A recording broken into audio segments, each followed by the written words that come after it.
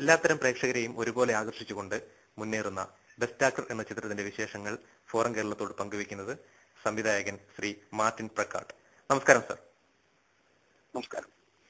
ആദ്യമേ തന്നെ തങ്ങളുടെ ആദ്യ ചിത്രം എല്ലാത്തരം പ്രേക്ഷകരെയും ആകർഷിച്ച് മുന്നേറുന്ന ഈ അവസരത്തിൽ ഫോറം കേരളത്തിന്റെ ഹൃദയം നിറഞ്ഞ അഭിനന്ദനങ്ങൾ. നന്ദി. താങ്കൾക്ക് ബെസ്റ്റ് ആക്ടർ എന്ന ചിത്രത്തെ കുറിച്ച് പ്രേക്ഷകരുടെ ഭാഗത്തു നിന്ന് അല്ലെങ്കിൽ ചലച്ചിത്ര പ്രവർത്തകരുടെ അടുത്തു നിന്ന് എന്തുതരം പ്രതികരണങ്ങളാണ് ലഭിക്കുന്നത്?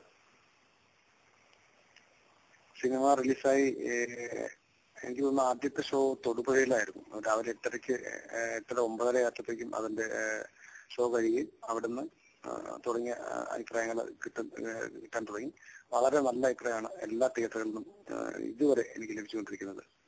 വളരെ നല്ല അഭിപ്രായം. അതുപോലെ കണ്ട ആൾക്കാരുടെ കോൾ എനിക്ക് ഇന്നലെ രാവിലെ മുതൽ ഇന്ന് ഈ സമയം വരെ കണ്ടിന്യൂസ് ആയിട്ടുള്ള പ്രേക്ഷകരുടെ കോളുകൾ ലഭിച്ചുകൊണ്ടിരിക്കുകയാണ്. പലരുടെയും കോളുകൾ എടുക്കാൻ പറ്റില്ല. കാരണം കണ്ടിന്യൂസ് ആയിട്ടുള്ള കോളുകൾ വരുന്നതൊന്നും പലരും നമ്പർ അറിയാത്ത നമ്പർ ആയതുകൊണ്ട് എനിക്കൊന്നും കണക്ട് ചെയ്യാൻ പറ്റുന്നില്ല. വളരെ വളരെ വളരെ സന്തോഷമുണ്ട്. ഇത്രയും കോളുകൾ വരുന്നത് ഒരിക്കലും ഞാൻ പ്രതീക്ഷിച്ചിട്ടില്ല. ഇത്രയും വലിയ റെസ്പോൺസ് നമ്മൾ ഇമാജിൻ ചെയ്യാത്തതിന് അപ്പുറത്തേക്ക് പോയിക്കൊണ്ടിരിക്കുകയാണ്. മലയാളത്തിൽ താരങ്ങളെ മുൻനിർത്തി അല്ലെങ്കിൽ അവരുടെ ആരാധകരെ തൃപ്തിപ്പെടുത്തുവാനുള്ള രീതിയിലുള്ള ചിത്രങ്ങൾ നിരവധി ഇറങ്ങാറുണ്ട്. പക്ഷേ ഈ താരങ്ങളിലെ നടന്മാരെ സ്നേഹിക്കുന്ന ആളുകൾക്ക് പലപ്പോഴും ഇത്തരം ചിത്രങ്ങൾ സ്വീകാര്യമാകാറില്ല. അതുപോലെ തന്നെ കുടുംബ പ്രേക്ഷകർക്ക് അല്ലെങ്കിൽ ഈ നടന്മാരെ ഒരു നടന്മാരെന്ന നിലയിൽ ഇവരെ ആരാധിക്കുന്ന വ്യക്തികൾക്ക് വേണ്ടി നിർമ്മിക്കപ്പെടുന്ന ചിത്രങ്ങൾ, അതായത് ഈ നടന്മാരുടെ അഭിനയശേഷിയെ ചൂഷണം ചെയ്യുന്ന തരം ചിത്രങ്ങൾ പലപ്പോഴും ആരാധകരും നിരസിക്കാറുണ്ട്. ഈ അവസരത്തിൽ ബെസ്റ്റ് ആക്ടർ എന്ന ചിത്രം എല്ലാത്തരം പ്രേക്ഷകരെയും ഒരുപോലെ ആകർഷിക്കുന്ന രീതിയിൽ സാക്ഷാത്കരിക്കുവാൻ താങ്കൾ കഴിഞ്ഞിരിക്കുകയാണ്. ഇതെങ്ങനെയാണ് സാധിച്ചത്? ആദ്യമായി പറയേണ്ടത്, ഇത് ആദ്യമായി തൃപ്തിപ്പെടുത്തേണ്ടത് ഈ കഥ അല്ലെങ്കിൽ എന്റെ ഒരു തൃപ്തിയാണ് ആദ്യം ഉണ്ടാകുന്നത്. അവിടെ നിന്നാണ് മുന്നോട്ട് പോകുന്നത്. കാരണം എന്റെ തൃപ്തി എന്ന് പറയുമ്പോൾ ഇതൊരു പ്രേക്ഷകന്റെ തൃപ്തിയാണ്. ഞാൻ ഇന്നലെ വരെ ഒരു പ്രേക്ഷകനായ സംവിധായകനാണ്. അത് ഞാൻ സിനിമയിലെ എനിക്ക് എക്സ്പീരിയൻസ് എന്ന് പറഞ്ഞാൽ വളരെ ചുരുക്കം ദിവസങ്ങളിൽ മാത്രം എക്സ്പീരിയൻസ് ഉള്ള ഒരു സംവിധായകനാണ് ഞാൻ. കാരണം അതിന് മുമ്പ് ഇത്രയും നാളും ഞാൻ പ്രേക്ഷകൻ തന്നെയാണ്. തിയേറ്ററിൽ നിന്ന് കാണുന്ന ഒരു പ്രേക്ഷകന്റെ മനോഭാവത്തോട് തന്നെയാണ് ഈ സിനിമയെ ഞാൻ എന്ന് സമീപിച്ചിരിക്കുന്നത്. അതുകൊണ്ട് ആദ്യം എന്നെ തൃപ്തിപ്പെടുത്താനുള്ള അതിൽ നിന്നാണ് ഈ സിനിമ മുന്നോട്ട് തുടങ്ങുന്നത് തന്നെ. അതുകൊണ്ട് തന്നെ ഇത് പ്രേക്ഷകനും ഇഷ്ടപ്പെടുന്ന രീതിയിൽ എത്തിയിട്ടുണ്ട്. അത് ശരിക്കും എന്റെ തൃപ്തി തന്നെയാണ് പ്രേക്ഷകന്റെ തൃപ്തി എന്ന് വിശ്വസിച്ചുകൊണ്ടാണ് ഈ അവസ്ഥയിലേക്ക് എത്തിച്ചേരുന്നത്. നവാഗത സംവിധായകരെ എന്നും പ്രോത്സാഹിപ്പിച്ചിട്ടുള്ള നടനാണ് ശ്രീ മമ്മൂട്ടി. ഈ ബെസ്റ്റ് ആക്ടർ എന്ന ചിത്രം പ്രേക്ഷകരുടെ മുക്തകണ്ഠമായ പ്രശംസ നേടി മുന്നേറുന്ന ഈ അവസരത്തിൽ അദ്ദേഹത്തിന്റെ ഒരു പ്രോത്സാഹനം ഈ ചിത്രത്തിന് താങ്കൾക്ക് എത്രത്തോളം ലഭിക്കുകയുണ്ടായി? അതിനെപ്പറ്റി ഒന്ന് പറയാമോ? മമ്മൂക്കയെ കുറിച്ച് പറയാനാണെങ്കിൽ എനിക്ക് ഇന്ന് മുഴുവൻ പറഞ്ഞാലും തീരാത്ത രീതിയിൽ സംസാരിക്കാനുണ്ട്. എങ്കിലും പറയാനുള്ളത് ശരിക്കും ഇനിയും എത്രയോ സംവിധായകരെ അദ്ദേഹം മലയാള സിനിമയ്ക്ക് നൽകാനിരിക്കുന്നു. എത്രയോ സംവിധായകർ. ഏതൊരു സംവിധായകനും അല്ലെങ്കിൽ ഏതൊരാൾക്കും നല്ലൊരു കഥയും ഒരു കഥാപാത്രവുമായി അദ്ദേഹത്തിന്റെ അടുത്തേക്ക് എന്നും ചെല്ലാനുള്ള അവസരം പുള്ളി എപ്പോഴും തുറന്നെടുത്തേക്കാണ്. ആ ഒരു വാതിൽ ഒരിക്കലും പുള്ളി അറിഞ്ഞില്ല. നമുക്ക് അടുത്തേക്ക് ചെല്ലാൻ ഒരു തടസ്സവും അല്ല, ഒരു കഥയുമായി പുള്ളിയുടെ അടുത്തേക്ക് എത്താൻ ഒരു ബുദ്ധിമുട്ടും ഇല്ലാത്തൊരു അവസ്ഥയുണ്ട്. അത് തന്നെയാണ് എന്നെപ്പോലുള്ള ഒരു സാധാരണക്കാരന് അവിടേക്ക് നമുക്കൊരു കഥയുണ്ട് എന്ന് പറയുകയും എന്താണ് കഥ എന്ന് കേൾക്കാനും അല്ലെങ്കിൽ അതിന്റെ ത്രെഡ് കേട്ടത് അത് ഓക്കെ ആണോ അല്ലയോ എന്ന് പറയാനുള്ള മനസ്സ് അദ്ദേഹത്തിന് എപ്പോഴും ഉണ്ട്. ഈ അടുത്ത് എന്റെ സുഹൃത്ത് കഥ പറയാൻ ചെന്നു. അദ്ദേഹത്തിന് നമുക്ക് അവന്റെ കഥ ഇഷ്ടപ്പെട്ടില്ല. അപ്പൊ അദ്ദേഹം പറഞ്ഞത്, എടാ ഇതിന്റെ കഥയുടെ പറച്ചിൽ കൊള്ളാം, നിനക്ക് അതിനകത്ത് ഒരു ടാലന്റ് ഉണ്ട്, പക്ഷെ ഈ കഥ എനിക്ക് ഇഷ്ടമല്ല. അപ്പൊ അവൻ എന്നോടൊന്ന് പറഞ്ഞ ഒറ്റ കാര്യം ഇതായിരുന്നു. അദ്ദേഹം അത് അങ്ങനെ പറഞ്ഞല്ലോ എനിക്ക്, പക്ഷെ അതല്ലാതെ ഇത് കുഴപ്പമില്ല അല്ലെങ്കിൽ പിന്നീട് നോക്കാം എന്ന് പറഞ്ഞു വിട്ടുണ്ടെങ്കിൽ ഞാൻ ഇതിന്റെ പുറകെ വർഷങ്ങൾ നടക്കുകയും അത് ഒന്നും ആവാത്തൊരവസ്ഥയിലേക്ക് പോവുകയും ചെയ്തു. അതുകൊണ്ട് എനിക്ക് ഈ കഥ ഇവിടെ നിർത്താൻ പറ്റും, നമുക്ക് അടുത്ത കഥ ആലോചിക്കാൻ പറ്റും. അങ്ങനൊരു സ്ട്രൈറ്റ് ആയിട്ടുള്ള യെസ് ഓർ നോ നമുക്ക് അവിടുന്ന് ഡയറക്റ്റ് ആയിട്ട് കിട്ടുക എന്ന് പറയുന്നത് തന്നെയാണ് ഏറ്റവും വലിയൊരു കാര്യം. പിന്നെ ഞാൻ ഈ കഥ അദ്ദേഹത്തോട് പറഞ്ഞു കഴിഞ്ഞപ്പോൾ ആദ്യം തന്നെ അദ്ദേഹം കഥ പറഞ്ഞ് തീർന്നപ്പോൾ തന്നെ പറഞ്ഞത്, ഇത് ഞാൻ കടന്നു വന്ന അവസ്ഥകളിലൂടെയുള്ള സിനിമയാണെന്നാണ്. ഇതുപോലുള്ള 100 കണക്കിന് ആൾക്കാരെ അദ്ദേഹം പരിചയപ്പെട്ടിട്ടുണ്ട്. ആ ഒരു സ്പിരിറ്റിലാണ് പുള്ളി കഥ കേട്ട് കഴിഞ്ഞപ്പോൾ തന്നെ എന്നോട് സംസാരിച്ചത്. പിന്നെ നമുക്കായിട്ട് ഞാൻ ഫോട്ടോഗ്രാഫർ എന്ന നിലയിൽ നേരത്തെ മുതലേ ഒരു പരിചയമുണ്ട്. അതുകൊണ്ട് വളരെയധികം നല്ല സൗഹൃദം ഉണ്ടായിരുന്നു. അതുകൊണ്ട് ഈ സിനിമയിലെ എല്ലാ സ്റ്റേജിലും പുള്ളിയോടൊത്ത് സഹകരിക്കുന്നതിൽ എനിക്ക് യാതൊരു ബുദ്ധിമുട്ടുണ്ടായിരുന്നില്ല. വളരെ വളരെ കോപ്പറേറ്റീവ് ആയിട്ട് ഒരു ആക്ടറാണ്. ഏതൊരു നമ്മൾ എത്രയും ഒരു എക്സ്പീരിയൻസ് ഇല്ലാത്ത ഒരു ഒരു ഡയറക്ടറായിട്ടും പുള്ളി എത്ര ഭയങ്കരമായിട്ട് എന്നോട് കോപ്പറേറ്റ് ചെയ്തെന്നുള്ളത് ഈ സിനിമ കാണുമ്പോൾ നിങ്ങൾക്ക് മനസ്സിലാക്കാൻ പറ്റുമല്ലോ. ഈ ചിത്രത്തിലെ നായക കഥാപാത്രം ഒരു അധ്യാപകനാണ്, സിനിമാ നടനാകുവാൻ വേണ്ടി അതിയായി ആഗ്രഹിക്കുന്ന ഒരു വ്യക്തിയാണ്. താങ്കളും ഒരു സിനിമാ നടനാകണമെന്ന് ആഗ്രഹിച്ച ഒരു വ്യക്തിയാണെന്ന് കേട്ടിട്ടുണ്ട്, അല്ലെങ്കിൽ സിനിമാ സംവിധായകൻ ആകണം എന്നുമുള്ള ആഗ്രഹം താങ്കൾ മനസ്സിൽ സൂക്ഷിക്കുകയുണ്ടായി. അപ്പോൾ ഈ മോഹൻ എന്ന കഥാപാത്രത്തിന്റെ സൃഷ്ടിയിൽ എന്തെങ്കിലും ആത്മകഥാംശം ഉണ്ടോ? തീർച്ചയായിട്ടും അതിന്റെ ക്യാരക്ടറിന്റെ സിനിമയിലല്ല, ക്യാരക്ടറിന്റെ ഒരു ബേസിൽ എന്റെ ആത്മാംശമുണ്ട്. കാരണം സിനിമയിൽ അഭിനയിക്കാൻ ആഗ്രഹിക്കുക എന്നുള്ളത്, ഞാൻ കുട്ടിക്കാലത്ത് നാടകം കളിച്ചിരുന്ന ആളാണ്.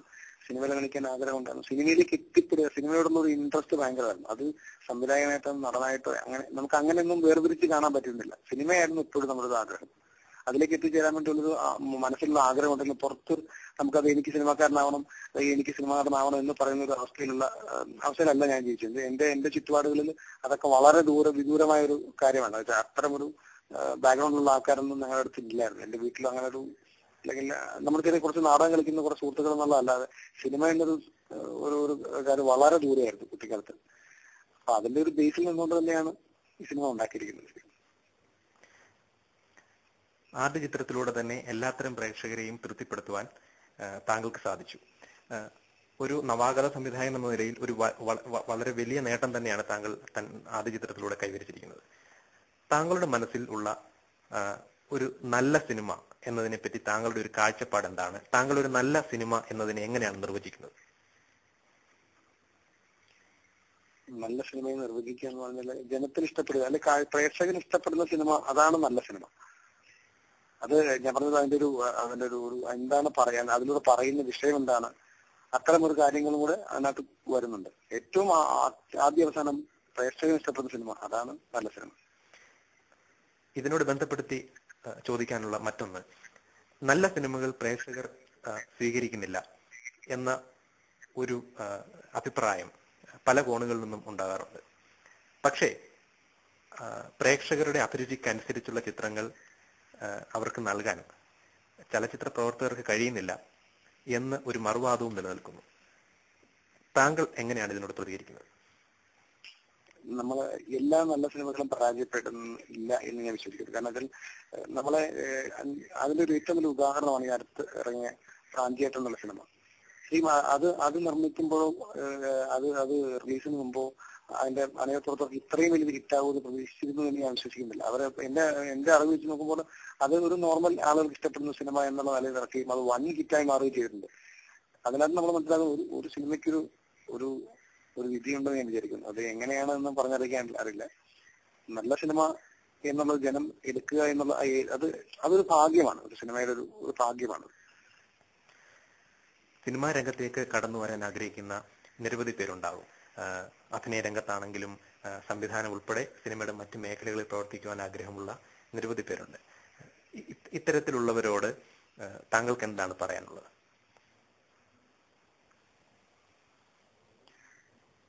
ഇപ്പൊ ഞാൻ ഓർക്കുന്നത്, ശരിക്കും ഒരാള് ഒരു കാര്യം പൂർണ്ണ മനസ്സോടെ തീവ്രമായി ആഗ്രഹിക്കുന്നുണ്ടെങ്കിൽ അത് സാധിക്കും. കാരണം ഒരാളുടെ വിധിയാണ് അയാളുടെ ആ മോഹത്തിന്റെ വിത്ത് പാകുന്നതെന്ന് പൗലോ കൊയ്ലോ എഴുതിയിട്ടുണ്ട്. അതുകൊണ്ട് പരിശ്രമിക്കുക, ആത്മാർത്ഥമായിട്ട് പരിശ്രമിക്കുക, എത്തേണ്ടടുത്ത് നമ്മൾ എത്തും. ഈ ചിത്രത്തിന്റെ മൊത്തം നിർമ്മാണ ചെലവ് എത്രയാണ്?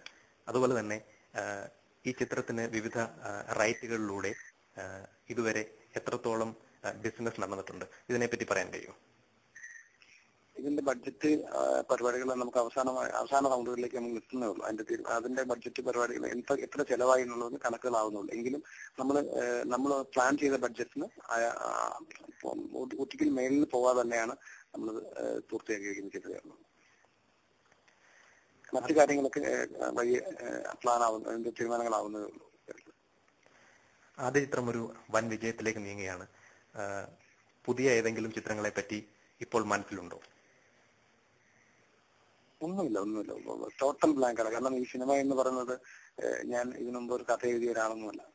ഞാൻ അങ്ങനെ ഒരു കഥ എഴുത്തുകാരൊന്നുമല്ല. യാദൃച്ഛികമായത് സിനിമയോടുള്ള ഇൻട്രസ്റ്റ്, സിനിമയോടുള്ള ഭ്രാന്തില് ഉദിച്ച ഒരു വിഷയമാണ് സിനിമ.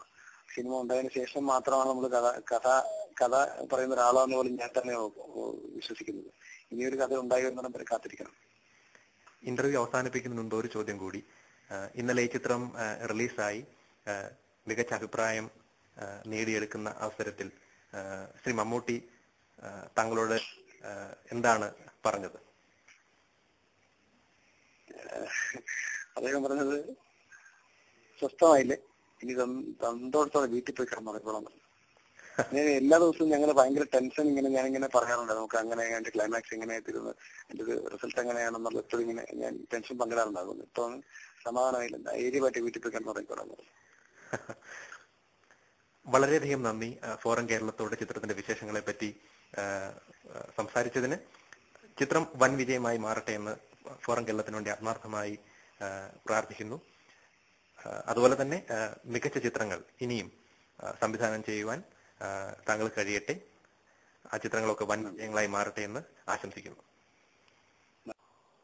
ഫോറം കേരളം ഞാൻ സിനിമയുടെ റിവ്യൂസും അപ്ഡേഷന് വേണ്ടി ഫോക്കസ് ചെയ്യാറുണ്ട്.